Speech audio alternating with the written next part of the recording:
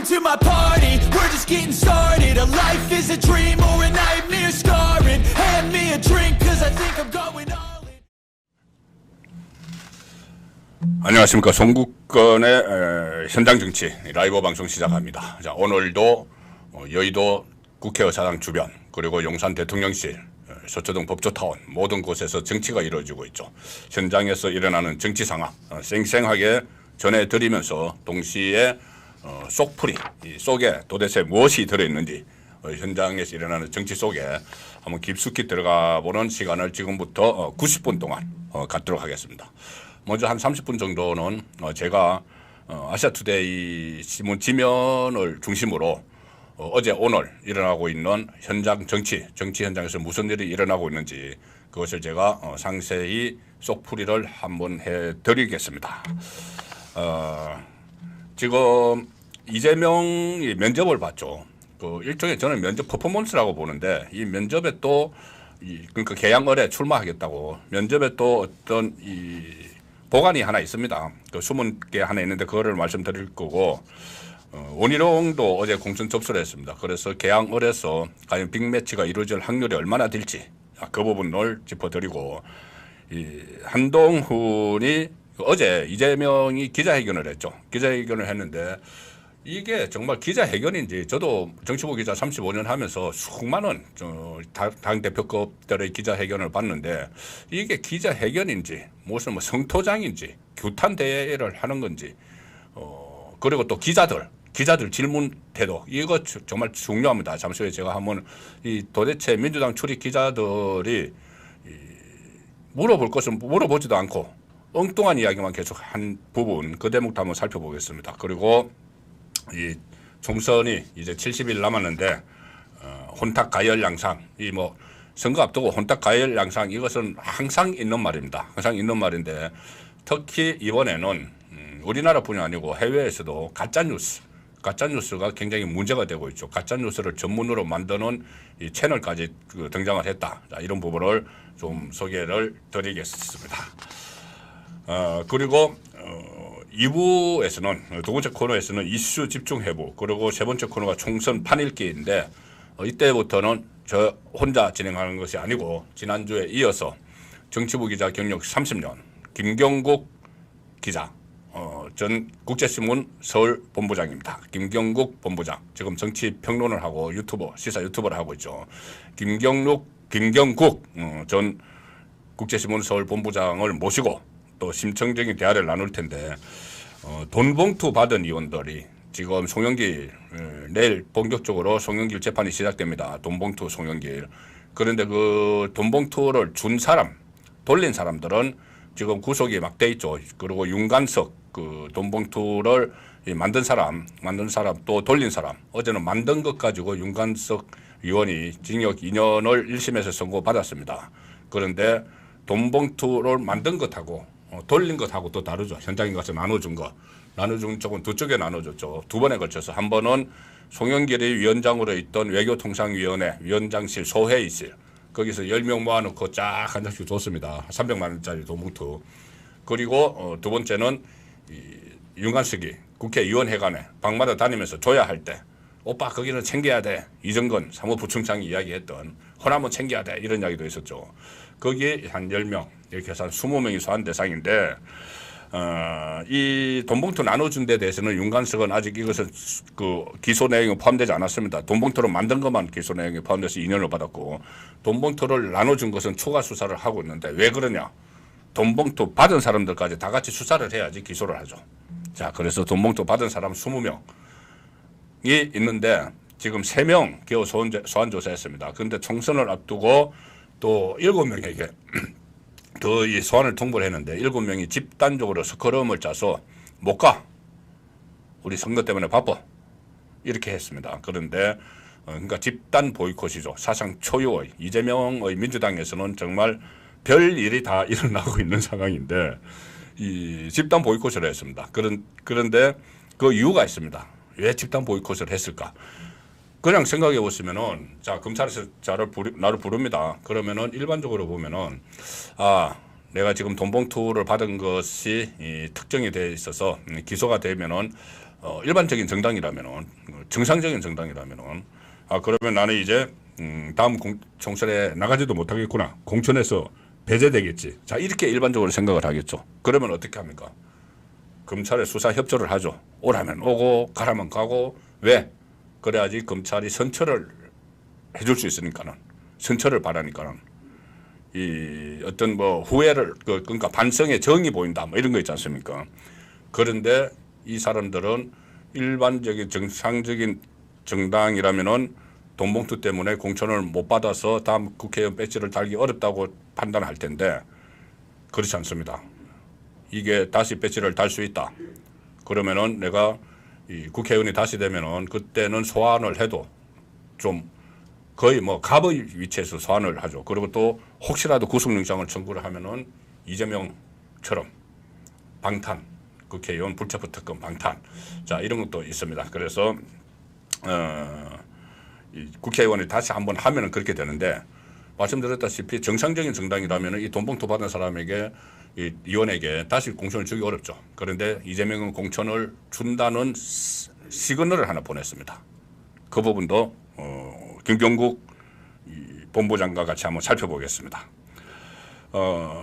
그리고 이재명의 한동훈 울렁증도 살펴볼 겁니다. 한동훈 울렁증. 이재명이 상당히 한동훈 그 비대위원장이 등장을 하고 나서 한동훈에 대해서 처음에 그때 뭐 상견례 한다고 한번 같이 앉아서 사진 찍고 이야기를 나눴죠.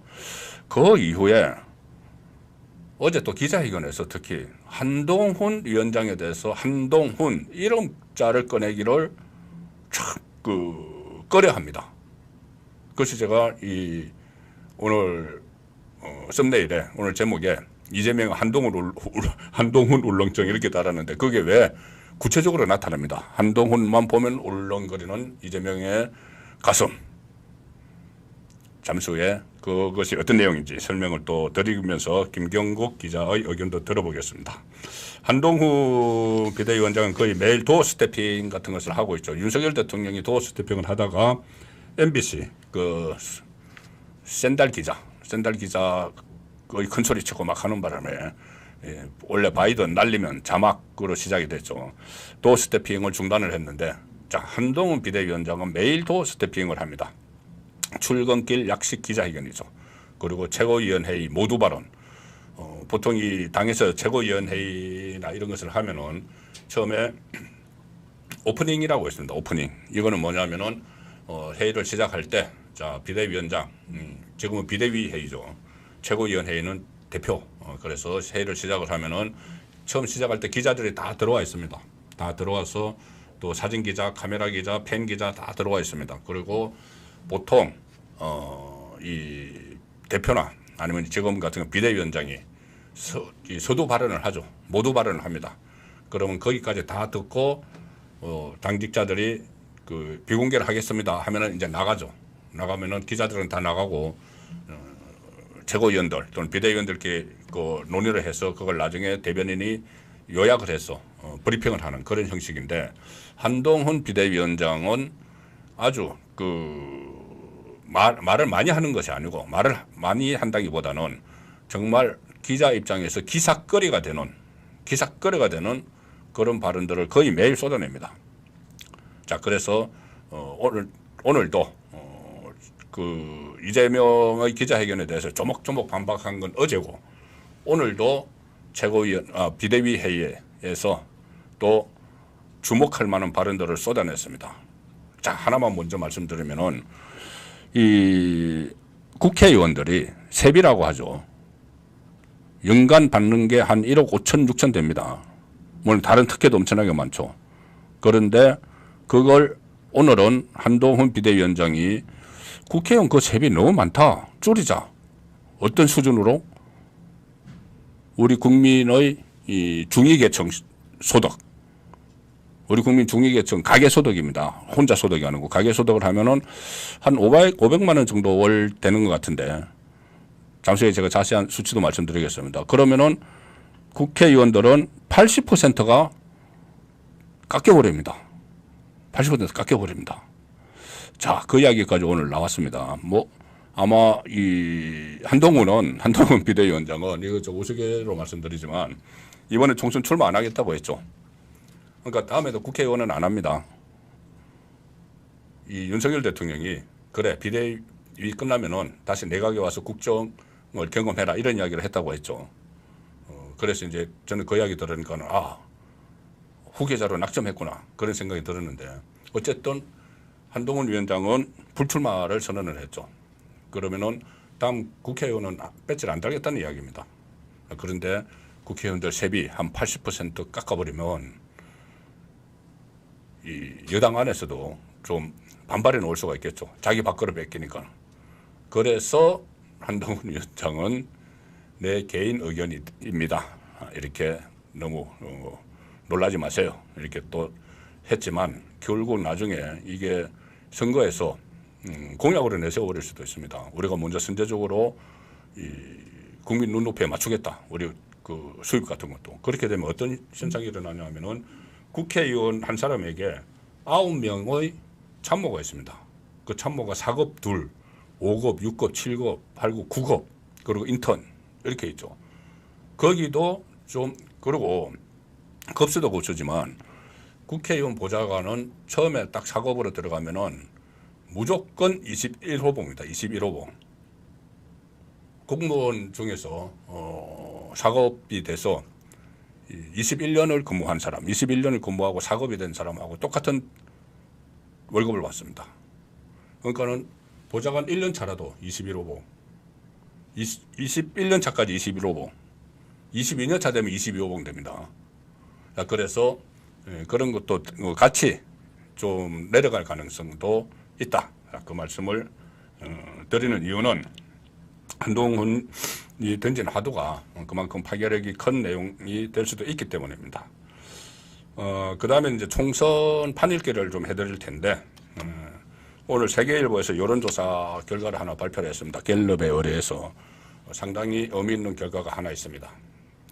지금까지는 이 장래 정치 지도자감으로 누가 좋으냐, 뭐 이런 식으로 물었죠. 그런데 갤럽 이번에 세계일보 조사에서는 다음 대통령감으로 누가 좋으냐 이렇게 물었습니다.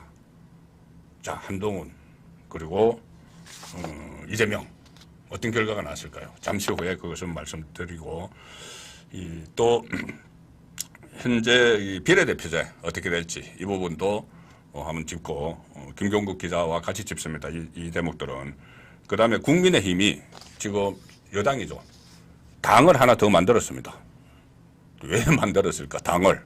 뭐 딱 짐작은 하실 겁니다. 비례대표용 위성정당. 그런데 아직 선거법이 개정이 안 됐죠.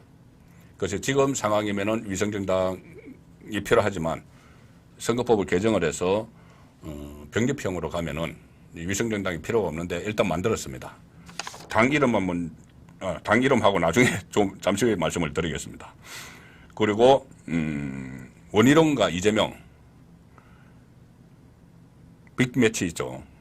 자, 서울에서 빅매치가 하나 준비가 되고 있습니다. 어디냐? 지금 동작을 쪽에 사시는 분들도 계실 텐데 그 지역에 누구죠? 현재 민주당 이수진 판사 출신, 거기에 나경원 판사 출신, 같은 여성 판사 출신이 2020년에 결어서 나경원 그 후보가 아깝게 졌죠. 자, 그래서 이번에 리트 매치가 벌어질까 했는데 거기에 또 다른 판사 출신 추미애가 들어갈 수도 있습니다. 이수진을 밀어내고. 자, 그 부분까지 잠시 후에 계속해서 말씀을 드리도록 하고, 일단 이 지면 신청 분석을 핵심만 딱딱 찍어서 한번 해 보겠습니다. 자, 아시아투데이 기사를 중심으로 살펴보면은, 자, 아시아투데이 기사입니다. 이재명도 면접 마친 야, 원희룡 공천서류 접수한 여.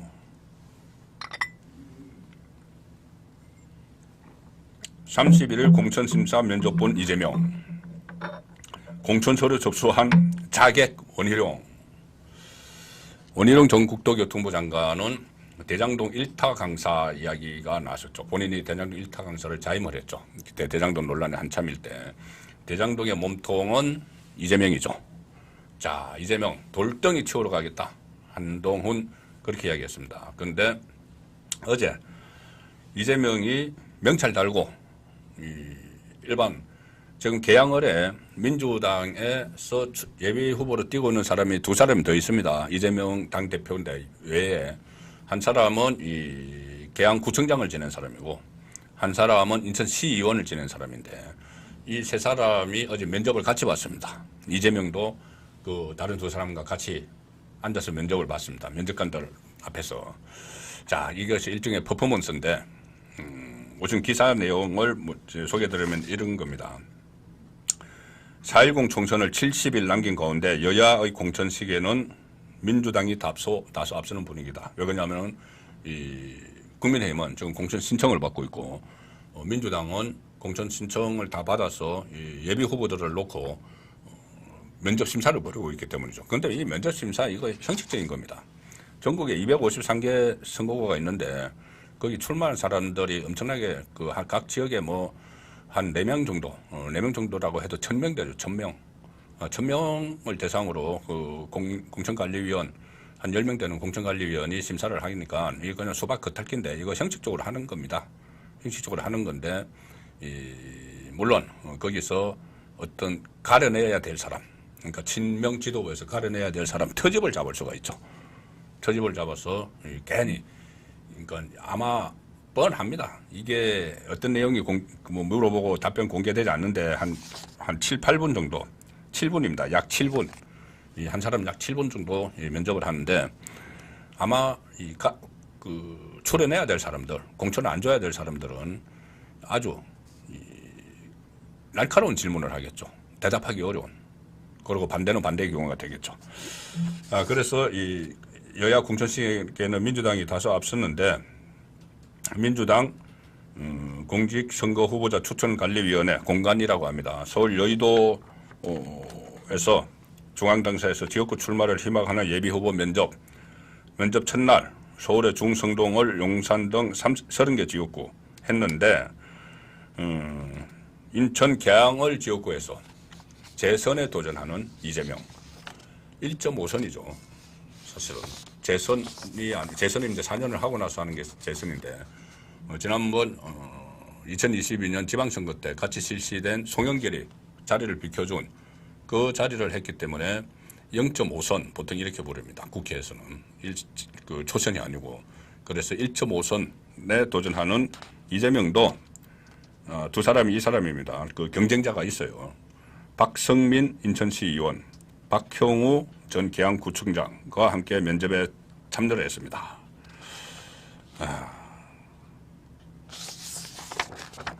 그리고 원희룡 전 장관은 어제 같은 날 계양을에 공천 신청을 했습니다. 계양을에도 물론 또 윤형선 저번에 이재명과 맞붙었던 보궐선거 때 윤형선 당협위원장도 있기 때문에 이곳과 같이 또 나중에 뭐 경선을 치르든지 그런 절차를 거칠 겁니다. 그런데 이걸 제가 왜 어떤 퍼포먼스라고 말씀을 드리냐 하면은 자 이재명은 지금 원희룡이 돌덩이 치우러 간다고 했을 때 뭐 별로 개의치 않는다는 반응을 보였죠. 그래서 본인도 계속 그 계양을에 출마한다는 이야기를 했죠. 뭐 사무실도 새로 냈다고 하고 뭐 계양 발전 계획 뭐 이런 거 해가지고 지역구에 이제 그대로 출마하는 걸로 이렇게 했는데 그리고 오늘 또 면접까지 하는 퍼포먼스를 했는데 그러면 이 두 사람의 매치가 100% 성사됐느냐? 아닙니다. 이게 이재명이 그 다른 데로 가는 테러가 하나 있습니다. 뭐냐면은 선거법 개정이죠. 선거법이 개정을 해서 지금 비례대표를 뽑는 게 지금처럼 준연동형 비례대표면 2020년처럼 위성정당이 생겨나는 이 상태에서는 이재명은 비례대표로 못 갑니다.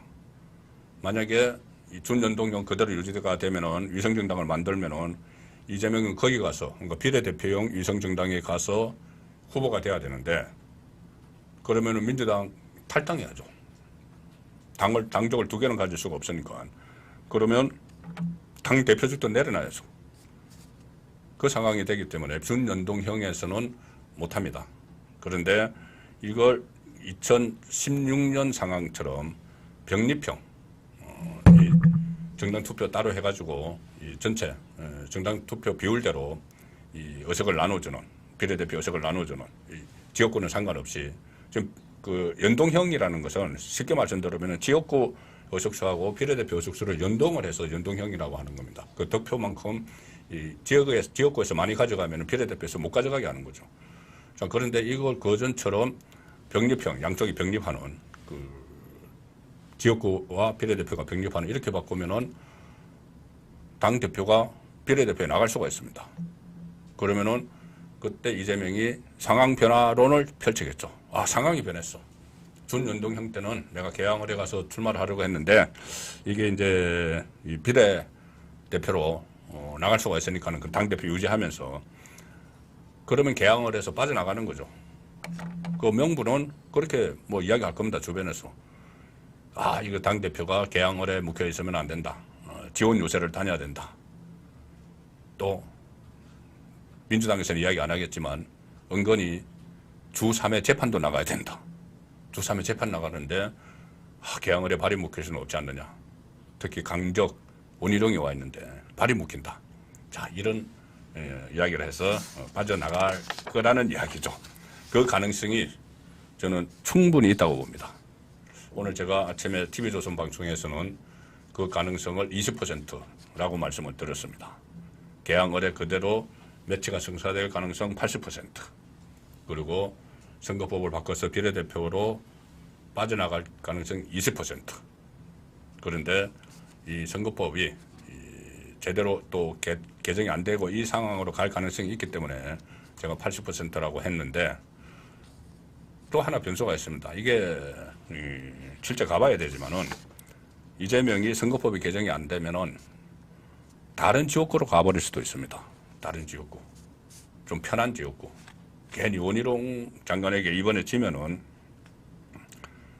두 사람이 맞대결했는데 원희룡 그 장관에게 지면은 이재명의 정치적 앞날은 굉장히 흐려지죠. 그래서 다른 곳으로 갈 수도 있다.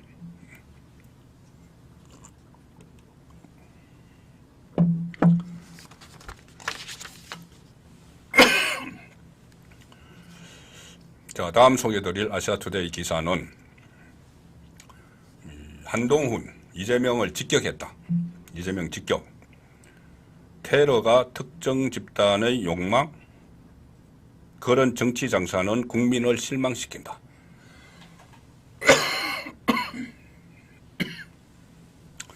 죄송합니다. 제가 조금 감기기가 있습니다. 그런 정치 장사는 국민을 실망시킨다. 이게 뭐냐면은 어제 이재명이 기자회견을 했는데, 신년 기자회견을 했는데 완전히 이 경호 그리고 적개심에 탄 말들을 쏟아냈습니다. 자, 뭐라고 했냐? 이 정치 테러, 본인에 대한 그 공격, 김모 씨, 이것을 어떤 욕망에 따른 결과다. 이렇게 이야기를 했습니다. 그러면은 이게 욕망이 누구의 욕망이냐? 마치 이 거대한 음모론, 배후론, 연장선상에서 이야기를 하기 때문에 윤석열 정부를 뭐 겨냥을 하는 듯한 그런 말을 했는데, 여기에 대해서 이 한동훈 비대위원장이 일일이 조목조목 다 직격탄을 날렸습니다. 자, 무슨 이야기를 했냐 하면은 이런 테러를 앞에 두고 정치 장사를 하는 것은 국민을 실망시키는 일이다. 이렇게 직격탄을 날렸고, 이재명 대표님이 자기가 피섭당한 것이 특정 집단의 욕망 때문에 그런 거라고 말씀을 하셨다고요. 이렇게 반문을 합니다. 그리고 믿겨지지가 않는다. 이렇게 이야기하면서 테러는 범죄고 테러로 정치 장사를 하면 안 된다. 자, 이렇게 직격탄을 날렸습니다.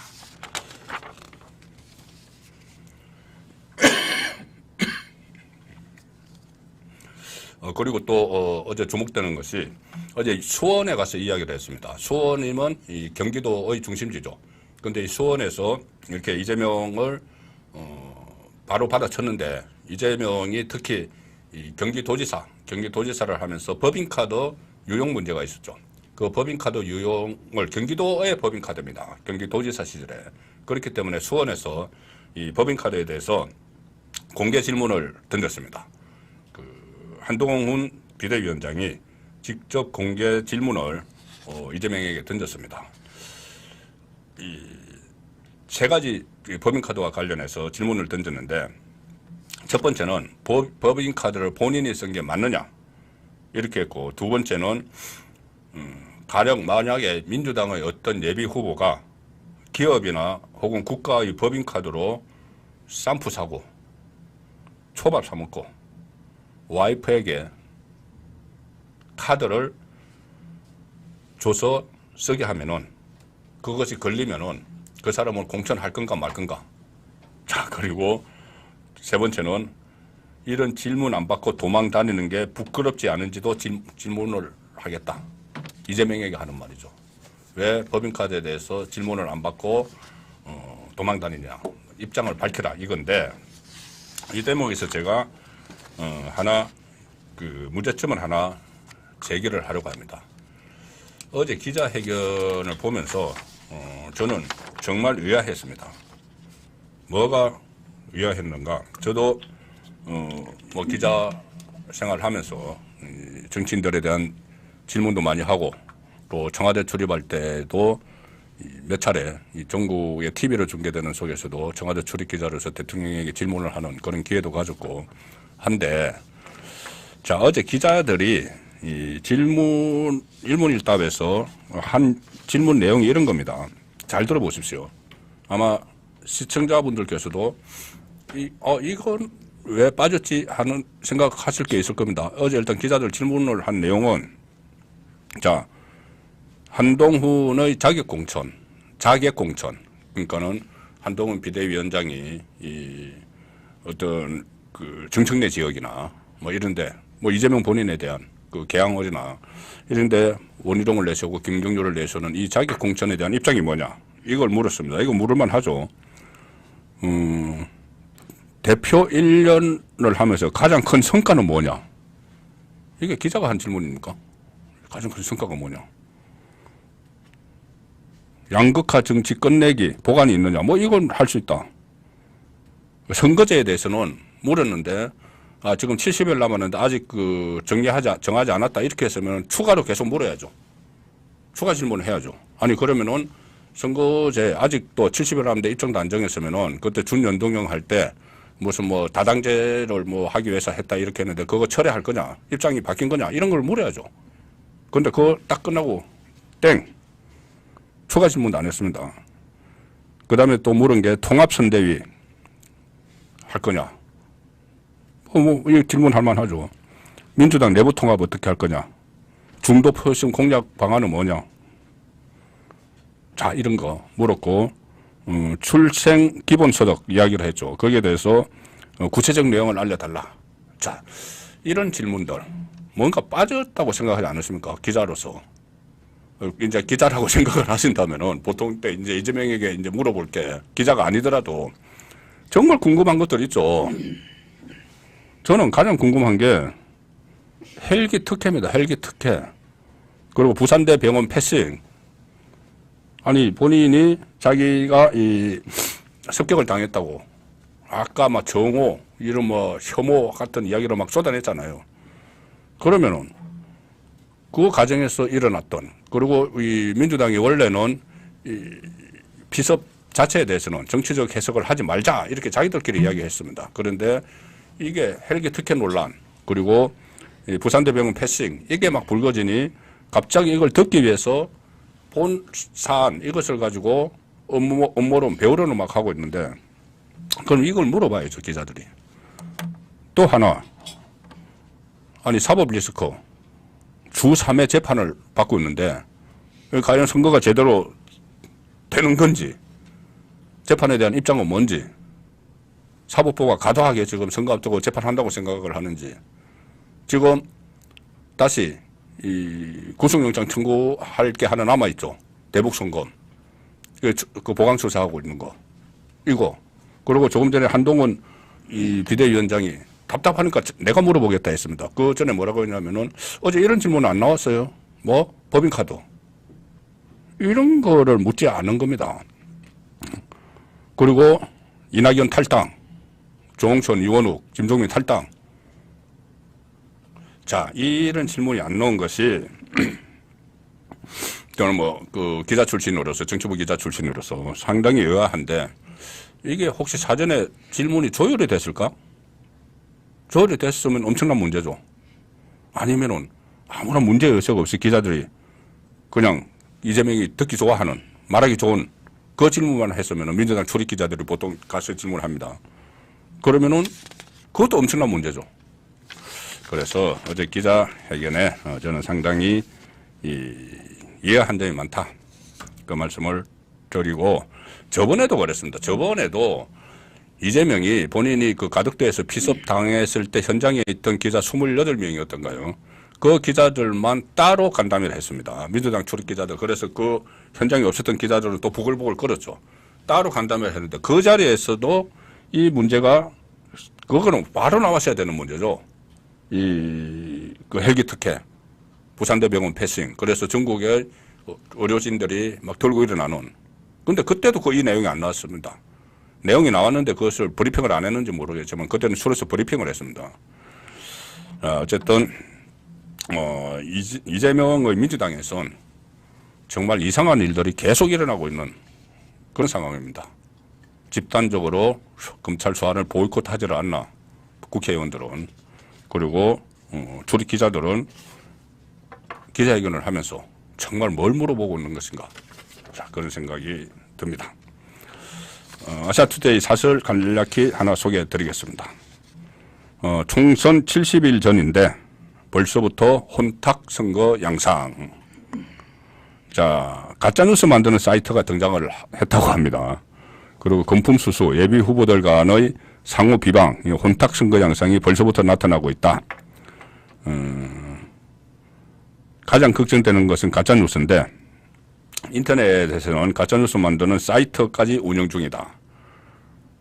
제목을 넣고 속보, 종합, 단독 등의 글머리를 선택하면 쉽게 만들 수 있다. 자, 이 가짜뉴스, 이 사이트 여기서는 가짜뉴스가 정말 이거 가짜구나 하고 알아차릴 정도의 가짜뉴스가 나옵니다. 예를 들어서 뭐 이재명 대표 국민의힘 입당 이런 거죠. 뭐 가짜뉴스로 만드는 자동으로 생성하는 데니까 이제 그거는 저 기술적으로 다 없애면 되는데 의도적인 가짜뉴스가 문제죠. 의도적인 가짜뉴스. 바이든 날리면 그 저번에 정정보도하라고 법원에서 1심 판결이 나왔죠. 근데 이번에 윤석열 대통령 매출 올리도록을 배추값 올리도록 JTBC 이런 것은 지금 엄벌에 취해야 되는 처해야 되는 그런 가짜 뉴스들 이게 총선을 앞두고 더 만연하기 전에 뿌리를 뽑아야 되는 사안입니다. 아시아투데이 이 지면 심층 분석은 여기서 마무리하고 우리의 새로운 정치평론계의 떠오르는 별 지금 옆에서 웃습니다. 떠오르는 별 김경국 전 서울 국제신문 서울 취재본부장 모시겠습니다. 김경국 TV 시사TV 운영하는 우리 김경국 전 본부장 모셨습니다. 안녕하세요. 네, 안녕하십니까. 네. 떠오르는 별입니다. 떠오르는 별. 그래 본인은 좀 겸손해야죠. 진행자가 떠오르는 별이라고 해서 같이 떠오르는 별이라고 하면은 떠오르는 별 요즘 그 구독자가 많이 좀 늘었습니까? 네, 많이 늘고 있습니다. 아투TV 나오면서 많이 늘어나고 있습니다. 쑥쑥 이제成장을 하고 있는 김경국 TV입니다. 자, 본격적으로 이야기를 좀 해보죠. 제가 그 일부에서 아시아투데이 지면을 중심으로 좀 설명을 좀 들었는데 제가 또 미처 빠진 부분도 있을 테고 하니까 자, 하나는 좀 짚어보죠. 조금 전에 제가 말씀드린 이재명 민주당에서는 별일이 다 생긴다고 말씀드렸는데 돈봉투 받은 의원들 검찰 소환을 집단 보이콧하고 있다. 어제 윤관석이 일단 1심 판결에 처음으로 받았잖아요. 네. 돈봉투 사건 중에서. 그 2년을 선고받았는데 내일부터는 또 송영길 재판도 시작이 돼요. 정리 재판이 시작이 됐는데 일단 윤관석 1심에서 유죄를 받았기 때문에 뭐 송영길도 뭐 틀림없는 유죄가 되는데 그 꼭대기에 있으니까 많이 떨고 있겠죠. 이거 어떤 의미가 있다고 보세요? 근데 저는 어제 저 집단 보이콧 했다 이 뉴스를 보고는 네. 야 역시 이재명이다. 이재명이 의원들 간을 이렇게 키워놨구나. 네. 이재명 사실 이재명 대표 지금 뭘 해도 자기 마음대로 다 했죠. 그렇죠. 수사 받을 때도 그랬고 검찰 출석할 때도 그랬고 심지어 재판까지 네. 다 그러니까 이제 의원들도 아 우리도 저렇게 하면 되는구나. 이렇게 생각하는 것 같습니다. 우리 7명 중에 지금 한 사람도 출석을 안 했다는 거 아닙니까? 네. 한 사람도 출석을 이제 안 했는데 7명이 자기들끼리 말을 맞췄는지 이 개요를 제가 잠깐 설명드리면 이겁니다. 자, 이 돈봉투를 받은 사람은 20명이죠. 네. 20명인데 10명은 이 국회 외교통상 그 상임위원장실에서 그때 송영길이 위원장이었어요. 그때 10명은 쭉 받았고 나머지 10명은 윤관석이 국회의원 회관에 쫙 돌아다니면서 줬죠. 예. 그 해관 구조 잘 아시잖아요. 그 해관 구조 그 가가지고 방마다 돌아다니면서 이제 줬는데 일단 이 상임위원장실에서 받은 세 사람은 소환을 했습니다. 소환하고 압수수색도 했어요. 누구냐 하면은 이성만, 임종성, 허종식 했는데 나머지 이제 7명. 7명에 대해서 소환을 조율을 하다가 이게 조율이 그 자기들의 우리 그 바빠서 못 나가 이러니까는 검찰이 날짜를 특정을 해버렸어요. 특정을 해서 오라 했는데 7명 전원이 못 가. 이렇게 됐거든요. 네, 그렇죠. 예. 근데 뭐 핑계도 참 대단했습니다. 네. 총선 때문에 출석 못한다. 예. 일정이 빡빡하다. 예. 다른 의원도 안 나가는데 내 혼자 출석해서 조사받을 수 없다. 예. 이런 핑계를 다 그렇죠. 냈다는 예. 것이거든요. 이게 지금 계속 이런 식으로 근데 과연 이런 식으로 계속 둬야 되는 겁니까? 그러니까 이게 일반인 같으면은 그 김경국 그 기자님 같은 경우면은 이렇게 검찰에서 나오라고 하는데 한 두 번 그 나 바빠서 못 가 그러면 바쁜 건 당신 사정이고 그러고 바로 그 법원에서 저 체포영장 발부받아서 검사실로 끌고 가거든요. 근데 일반인은 사실은 나오라면 바빠서 못 간다 소리 못 합니다. 그 말조차도 못 하죠. 말조차 못 말조차도 못 하죠. 다른 일정 다 조정해서 네. 먼저 나가죠. 혹시나 검찰한테 찍힐까 싶어서. 그렇죠. 예. 근데 이게 사실은 강제구인하는 절차도 있고 이런 걸로 알고 있는데 이거 뭐 어떻게 해야 될지 모르겠어요. 근데 사실은 7명이 너무 많거든요. 네. 7명 한꺼번에 이렇게 어때 뭐 휴회 기간 동안에 체포할 수도 없고 네. 그리고 7명 한꺼번에 또 체포 동의안을 올릴 수도 없고. 그러니까 체포 동의안이 문제예요. 네, 그러니까요. 7명 그거 지금 총선 앞두고 이게 뭐냐면은 이 구속영장을 청구를 해도 회기 중에는 현역 국회의원은 이제 체포 동의안을 가결을 시켜야 되잖아요. 그러니까 이재명 그때 1차에서는 부결시켰고 2차 체포 동의안은 가결을 시켰는데 유창훈 그 영장 판사가 정치 판결을 해버렸죠. 그런데 이 검찰로 불렀는데 안 와도 체포영장을 해야 되잖아요. 그렇죠. 그럼 이거 똑같아요. 똑같이 체포 동의안을 맞습니다. 표결을 해야 예, 돼요. 맞습니다. 표결을. 네. 그래서 지금 이게 이제 문제는 이 사람들이 그대로 지금 그 공천 후보 심사에서는 다 적격으로 판정을 받았거든요. 적격 판정 거의 아마 대부분 받았을 겁니다. 받았고 거의 상당수가 또 공천을 받겠죠. 그렇죠. 공천을 받으면 총선에 출마해서 이제 유권자들이 심판을 받아야 되는데 이 사람들이 지금 계속 이렇게 출석을 안 하고 검찰 수사를 거부하고 이런 상태에서 총선을 하면 유권자들은 그 정보를 모르는 상태에서 투표를 하게 됩니다. 그렇죠. 이거는 유권자들의 올바른 그렇네. 선택을 방해하는 행위입니다. 그래서 이런 부분들은 검찰에서도 마냥 뭐 계속 미루기만 할 것이 아니라 어떤 식으로든 단호한 조치를 설령 체포를 못한다 치더라도 어쨌든 액션은 좀 보여주고 더 강한 입장은 보여줄 필요가 있지 않겠느냐. 왜냐하면 유권자들을 뭘 알고 선택을 해야 될 거 아닙니까? 그렇죠. 그러니까 이 7명이 지금 안 오는 사람이 누군지 이 명단이라도 좀 이야기를 해야 됩니다. 그렇죠. 예. 그래서 이게 조금 전에 말씀하신 대로 이 사람들이 다시 이제 그 그러니까 공천을 받는다고 생각을 하는 거예요. 그래서 아마 뭐 이재명 대표가 있으니까 뭐 공천에 하자는 이 사람들 정도는 공천에 하자는 될 이재명 기준으로 하면은 그 공천에서 잘릴 사람 하나도 없죠. 아무것도 아니죠. 아무도 없죠. 이재명 한 10개 정도 혐의를 받고 뭐 제3자 뇌물죄 뭐 이런 것도 있는데. 그래서 이게 왜 이 사람들이 그 버티느냐.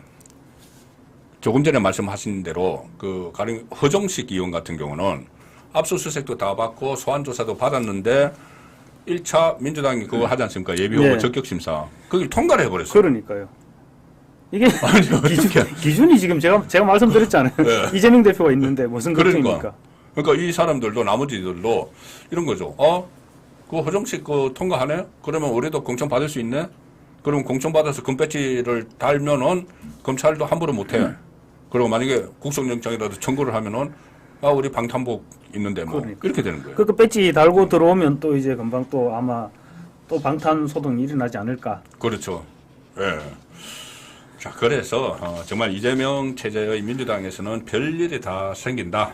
그런 이 생각이 듭니다. 제가 이 모두에 그 이재명의 한동훈 울렁증 썸네일에도 그렇게 달았어요. 이재명이 한동훈만 보면은 이게 울렁증이 좀 있는 것 같아. 왜 그러냐면 어제 기자회견을 했는데 윤석열이라는 언급은 12번을 했어요. 윤석열 대통령. 그러니까 윤석열을 12번 했는데 한동훈 이름은 단 한 번도 나오지 않았다. 한 번도 안 나왔죠. 국민의힘도 한 번도 안 나왔다. 이게 왜 그럴까요? 그래 어제 사실은 저도 기자회견 보면서 한동훈 이름 근처도 안 갔거든요. 제일 비슷했던 얘기가 이 얘기입니다. 검찰 독재 청산. 검찰 독재 청산. 그게 이제 한동훈 위원장을 겨냥한 거의 아마 제일 비슷한 용어였지 않겠나. 한동훈 이름은 말 못하고. 그러니까 그 얘기했다가 어제 박살이 났죠. 아, 그 한동훈한테 역공을 당했죠. 그러니까 한동훈 위원장 어제 역공을 하면서 난리가 났었다니까. 그러니까 이제 사실은 이재명 대표 입장에서도 민주당 의원들이 상임위에서 한동훈 위원장한테 진짜 박살나는 걸 늘 지켜봐왔을 겁니다. 지켜봐왔고, 그리고 또 본회의장, 예결위원장 늘 봐왔기 때문에 아 이거 좀 많이 껄끄러웠을 겁니다. 이러면 직접 거론하기에는 또 혼날까 두렵기도 했을 거고요. 그런데 뭐 거론 안 해도 지금 어제 어제 뭐 일일이 거론 안 했는데도 지금 어제 사실은 데려주고 말로 받았죠. 예, 그럼요. 예. 그래 이제 적극적으로 이제 반격을 당한다는 그 생각도 했을 것 같고 지금 말씀하신 대로 또 어떻게 보면 이재명이 이 전략적으로 지금 자기는 지금까지 한동훈이 한 달 전에 등판하기 전까지는 윤석열 대 이재명 구도를 만들었잖아요. 그래서 그래 윤석열 대 이재명 구도를 만들어야지 정권 심판론 이야기를 할 수가 있는 거예요. 그런데 한동훈 등판 이후에 한동훈 비대위원장이 계속 그 이재명을 공격을 하니까 한동훈 대 이재명 구도가 돼버리면 그러면 검사 대 피의자, 피고인 구도가 되는 거잖아요. 한동훈 대 이재명 구도가 되면 사실은 지금까지 많이 드러났지만 윤석열 대 이재명 구도를 할 때는 이재명 대표가 그래서 덕을 많이 봤습니다. 그렇죠. 덕을 많이 봤는데 한동훈 대 이재명 구도로 넘어가는 순간 지금 이렇게 차이가 나고 있거든요. 왜냐하면 이건 지금 방금 말씀하신 그 검사 대 피의자, 검사 대 피의자 딱 떨어지잖아요. 예, 구도도 있고 그리고 지금 한동훈 위원장 같은 경우는 어떻게 보면 지금 막 솟아오르고 있는 그런 단계입니다. 지금 불과 한 달밖에 안 됐거든요. 한 달밖에 안 됐는데도 불구하고 지금 이렇게 치고 올라왔는데 이재명 대표 자기는 지금 무려 제1당 여당 대선 후보였지 않습니까? 그렇죠. 여당 대선 후보까지 하고 지금 계속 당을 이끌어오고 있는데도 불구하고 한동훈 위원장을 전혀 치고 나가지 못하고 있거든요. 이게 지금 사람들이 보는 시각입니다. 그렇죠. 그러니까 사람 보는 눈은 다 비슷하다고 내가 이 사람으로나 다른 사람이 이 사람으로나 눈이 비슷비슷하거든요. 그런 점에서 지금 이재명 대표는 한동훈 대 이재명 이렇게 비교되는 게 상당히 부담스러울 것입니다. 저는 그거를 두 사람이 처음에 상견례 할 때 있잖아요. 한동훈 처음에 비대위원장 맡고 나서 상견례 할 때 저는 그걸 느꼈어요. 당사 방문했을 때. 네, 당사 방문했을 때 보통 상견례를 하면은 그냥 이 집무실에 가서 악수하고 뭐 축하한다고 하고 뭐 잘해보자 하고 그리고 서로 이제 거기서 그런 대화를 나누잖아요. 그렇죠. 대화를 나누어서 이제 가는 게 상견례인데 그 취임 인사 가는 거죠. 보통은 악수만 하고 따로 들어가죠. 네, 딱 악수만 하고 들어가는데 그때 상견례 할 때 딱 테이블이 지금 화면에 나오는 이 구도였어요. 이 구도해가지고 무슨 공식 뭐 회의하듯이 뒤에 또 글게도 걸어놨죠. 그렇죠. 글게도 걸어놓고 그다음에 사회자가 있어요. 사회자가. 사회자가 있었어요. 발언을 시키고 하는 게 제가 그걸 딱 보는 순간 울렁증이 있구나. 한동훈하고 서로 말 섞으면은 그러니까 프리토킹을 하는 거죠. 만약에 이제 전에 하던 식으로 한 식으로 프리토킹을 하면은 본인은 도저히 안 될 것 같으니까 이거를 아주 공식적으로 만들어 버린 거예요. 자, 한동훈 먼저 발언하고 그다음에 이재명 발언하고 이렇게 사회자를 둬서. 한동훈 위원장이 정치 초보라고 걱정했었는데 사실은 그 장면에서 사람들이 많이 안심을 했죠. 야, 이 하는 거 보니까 지금 정치 초보가 아니구나 이런 얘기를 많이 했었죠. 정치 초보가 전혀 아니죠. 그리고 이 쓰는 용어 같은 거나 이런 것이 제가 좀 전에도 말씀을 드렸지만은 기자들이 왜 그걸 그 법인카드 안 물어봤을까? 그러면 내가 물어보겠다 대신 해가지고 세 가지를 물어봤잖아요. 당신이 쓴 거냐? 아니면은 그 법인카드 쓴 사람 나타나면 공천 줄 거냐? 왜 거기에 대해서 말 안 하냐? 그런데 민주당 출입도 하셨죠? 예, 했습니다. 근데 어제 기자회견에서 기자들 왜 아까 제가 말씀드린 이런 거 안 물어볼까요? 근데 제가 생각할 때는 요즘 기자들이 네. 특히 이재명 대표 앞에서는 많이 좀 주눅이 든다고 할까. 어떻게 이재명 대표가 기자회견을 해주는 자체를 좀 너무 감지덕지 하는 거예요? 너무 그렇죠. 너무 황송하게 생각하고 감지덕지하고 그런 생각을 하지 않나 싶습니다. 왜냐하면 어제 그 답변 과정에서도 보면 답변을 하면 너무 어제 사실 미숙한 답변이 많았거든요. 그럼요. 그러면 그다음에 그러면 그 부분을 왜 그렇게 했느냐 이렇게 또 후속 질문이 있어야 되는데 후속 질문이 어제 한 번도 없었거든요. 그렇죠. 예, 제가 종종 말씀드린 예. 그걸 예를 들어서 그 기본소득 같은 거 할 때 그 재원 조달 어떻게 할 거냐 이런 거를 물어봐야죠. 그 구체성이 기자들 사실은 지금 한동훈 위원장한테 질문하는 기자들 보면 답변이 나올 때까지 계속 반복적으로 물어보거든요. 그럼요. 물어보는데 지금 어제 기자회견은 그런 질문이 전혀 없었던 것 같고, 그리고 문제는 어제 또 나름대로 기자들끼리 한두 질문 문항 정도는 이제 나중에 시간이 없을 때 이거는 물어보죠. 이 정도는 조율을 했는 것, 마지막 질문을 보니까 했는 것 같은데, 그 앞에는 그런 조율은 없었는 것 같거든요. 조율을 하면 안 되죠. 예, 그러니까 그 조율이 없었는데도 불구하고 그 정도밖에 답변을 유도를 못했던 거죠. 그러니까요. 그러니까 기자들이 질문 조율을 하는 거는 거의 대통령 기자회견할 때 하는 거예요. 정말 시간이 없다고 한두 개밖에 질문할 그러면 또 몰라도. 그럴 때는 또 몰라도. 이거 어제는 정식 기자회견인데 완전히 자유롭게 해야죠. 대통령하고 할 때는 이게 약간의 조율이 필요합니다. 왜 그러냐면 대통령하고 계속 늘어지게 기자회견을 할 수는 없잖아요. 그러니까는 질문할 기자도 정해주고 그건 자기들끼리 조율을 해요. 자기들끼리 조율을 하는데 이거는 기자들끼리 조율을 했으면 했다는 것도 이상하고, 그리고 안 했으면 왜 이 질문이 안 나왔는지도 이상하고, 저는 그런 생각입니다. 어제 아마 기자회견이 아니어서 그랬을 겁니다. 저는 그걸 어제 회견을 보면서 이거는 기자회견이 아니고 비방회견이 아니냐. 그런 윤석열 대통령 그런 느낌을 받았거든요. 그러니까 규탄 대회 같은. 그러니까요. 그러면 기자들은 덜러리가 썼다는 의미가 후배 기자들 전부 다 제가 그렇게 이야기를 하는 것은 아니고, 아마 지금 민주당의 분위기가 좀 아쉬운 점이 있다는 것이죠. 아쉬운 점이 있죠. 그리고 민주당 분위기가 저번에도 부산에 같이 간 피습 현장에 있었던 기자들하고만 또 간담회를 하고, 그러니까 기자들 한번 물갈이를 한번 할 필요도 있다는 생각이 지금 너무 제왕적 대표가 된 것 같습니다. 그렇죠. 예.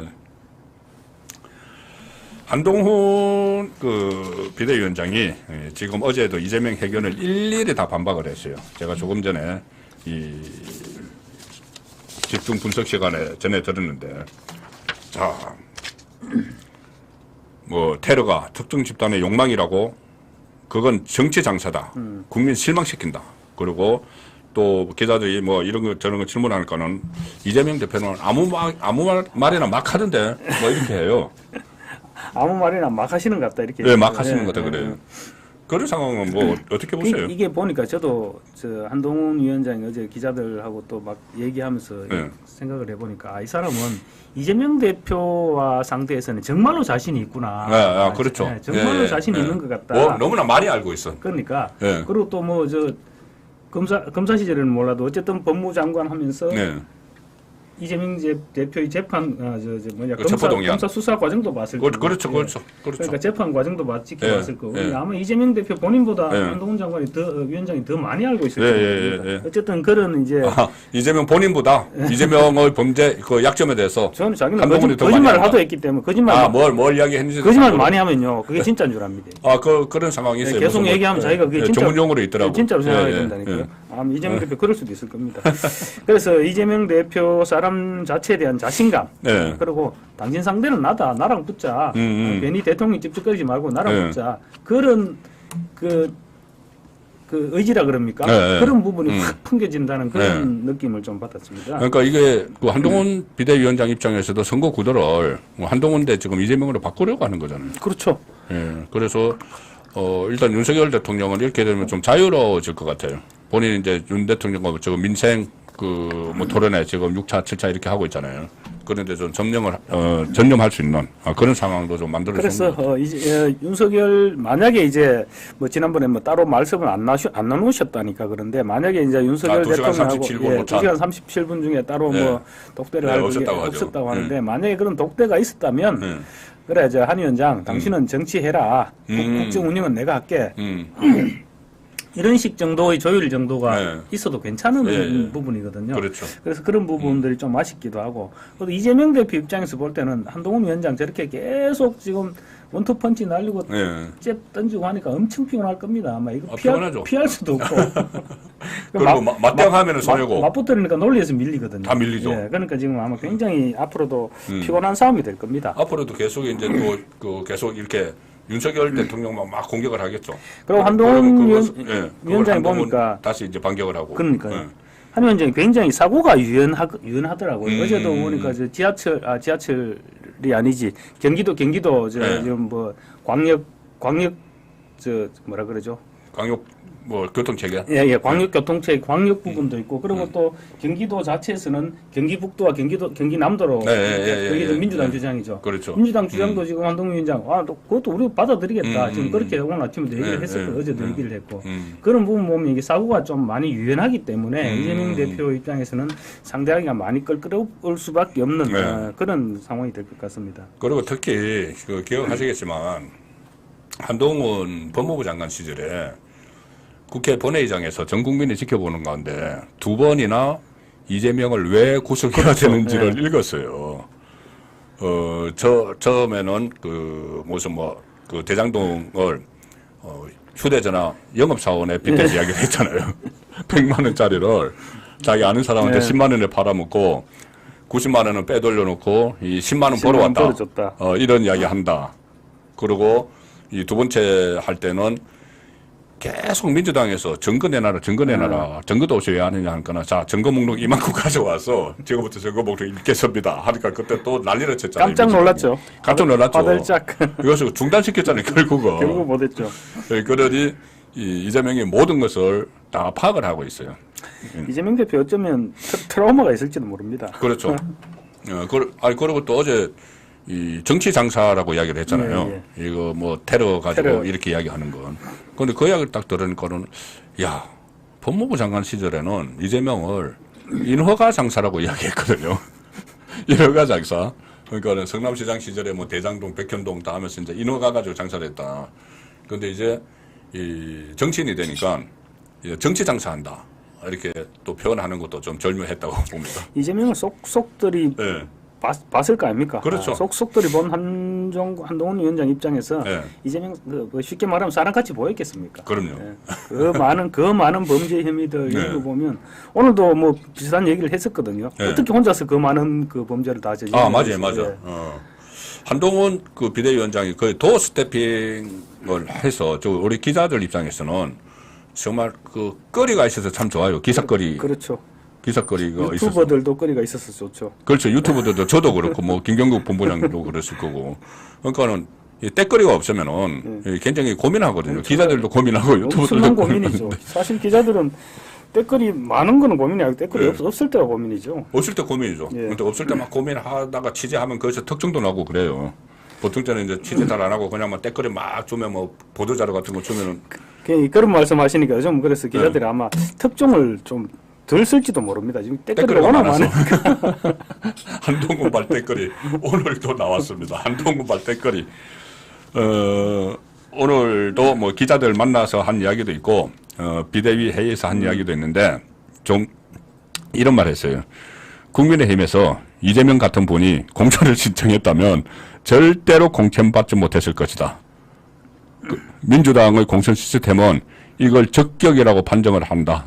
그러면은 누가 눈높이 맞는 공천을 하는 거냐.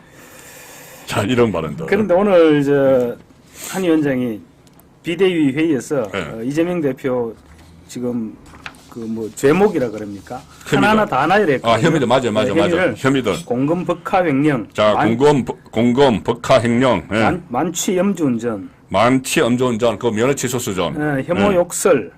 예, 예. 혐오 역설, 위정교사, 형수, 예, 그다음에 대장동, 예, 백현동, 예, 성남 FC 예, 요 세 가지 뇌물 그리고 예. 거짓말로 인한 선거법 위반 예, 이런 얘기를 쫙 나열하면서 예. 사실 그런 각각의 비위를 저지르는 사람들은 현실 세계에 사실 드물다. 아주 드물지만 존재한다. 초현실적인. 그런데 이재명 대표가 정말 놀라운 것은 예. 이걸 다 한 사람이었다는 것이다. 이렇게.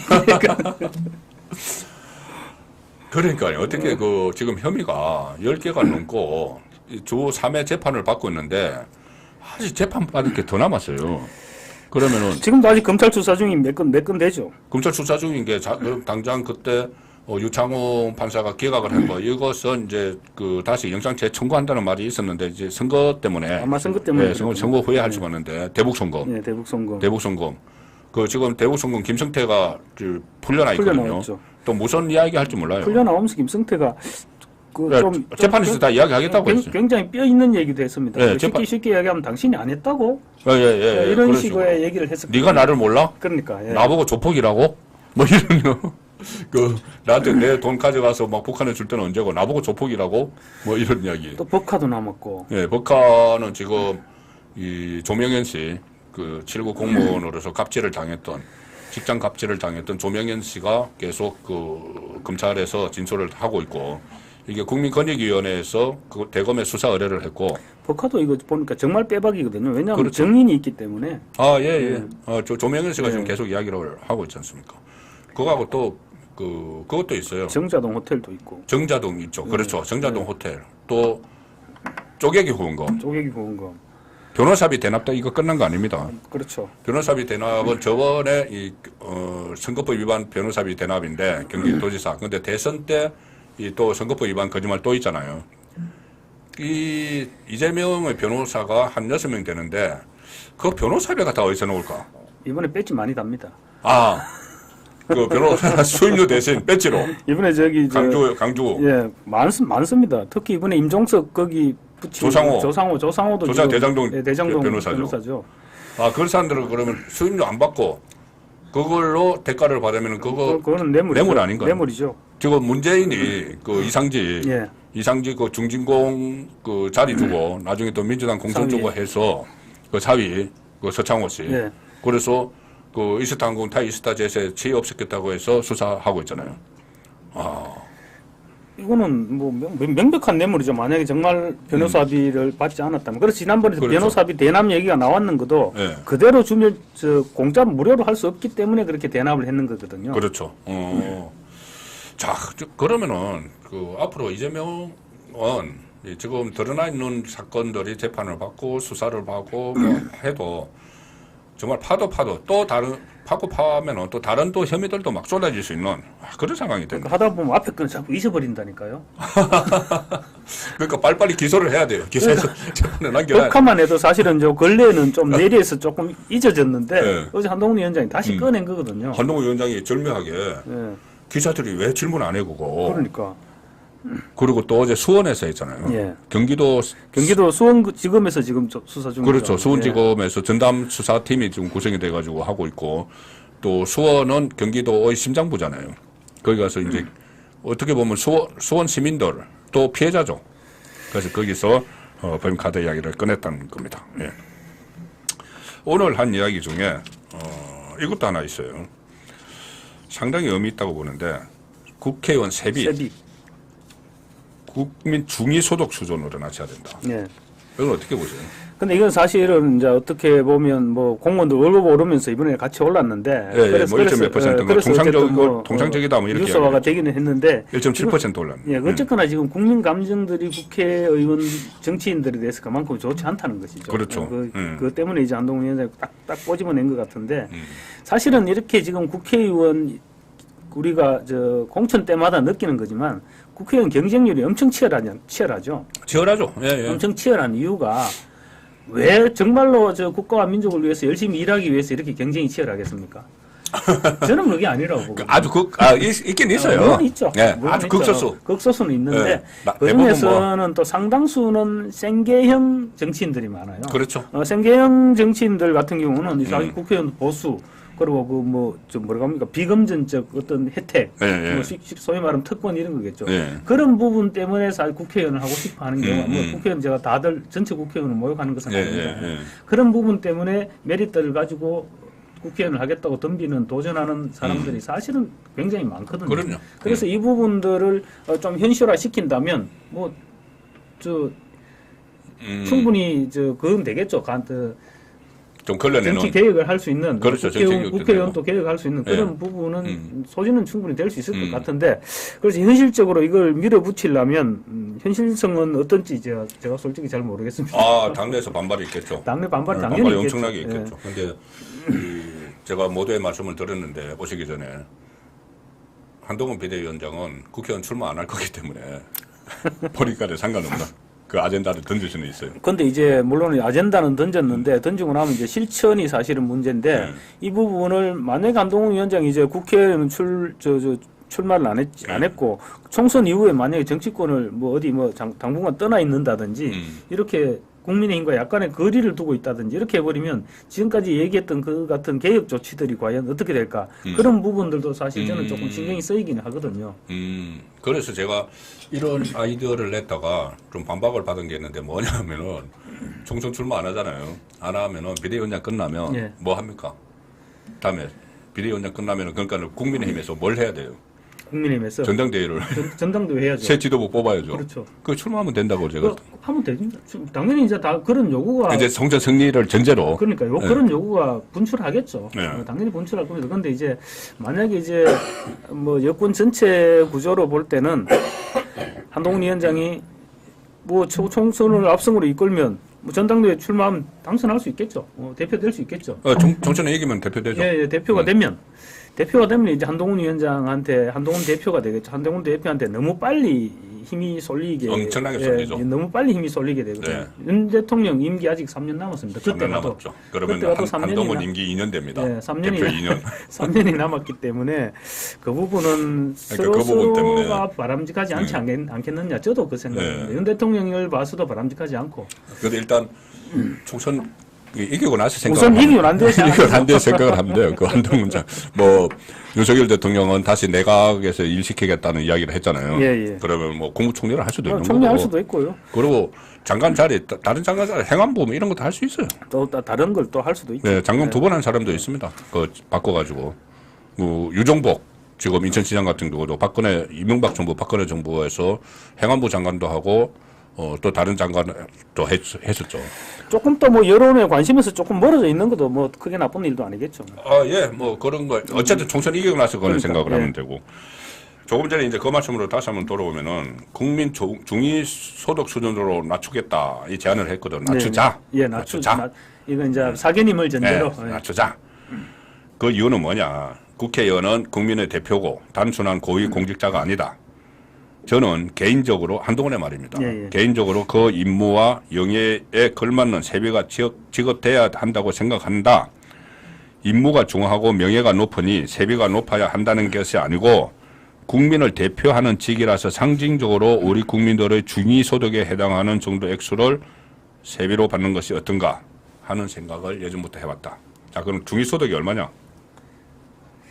제가 찾아봤어요. 통계청 네, 조사로 찾아보셨어요? 통계청 조사를 보면 4인 가구 기준으로 월 540만 원이랍니다. 540만 원. 이거 주면 정말 국회의원 안 하려고 그럴 겁니다.